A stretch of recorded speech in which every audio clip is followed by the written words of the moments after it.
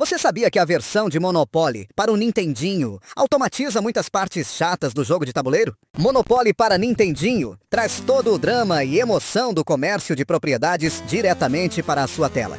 Jogadores podem comprar, vender e trocar propriedades, enquanto a inteligência artificial dos adversários tenta te roubar no jogo.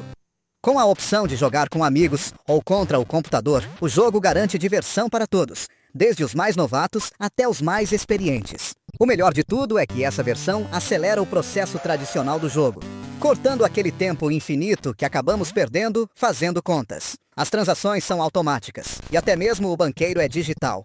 Com uma interface fiel ao clássico tabuleiro, é fácil se sentir em casa no jogo, mas algumas animações e efeitos sonoros trazem um toque a mais de emoção. Qual é a sua estratégia para ganhar no Monopoly? Comenta aí e siga para mais dicas de clássicos.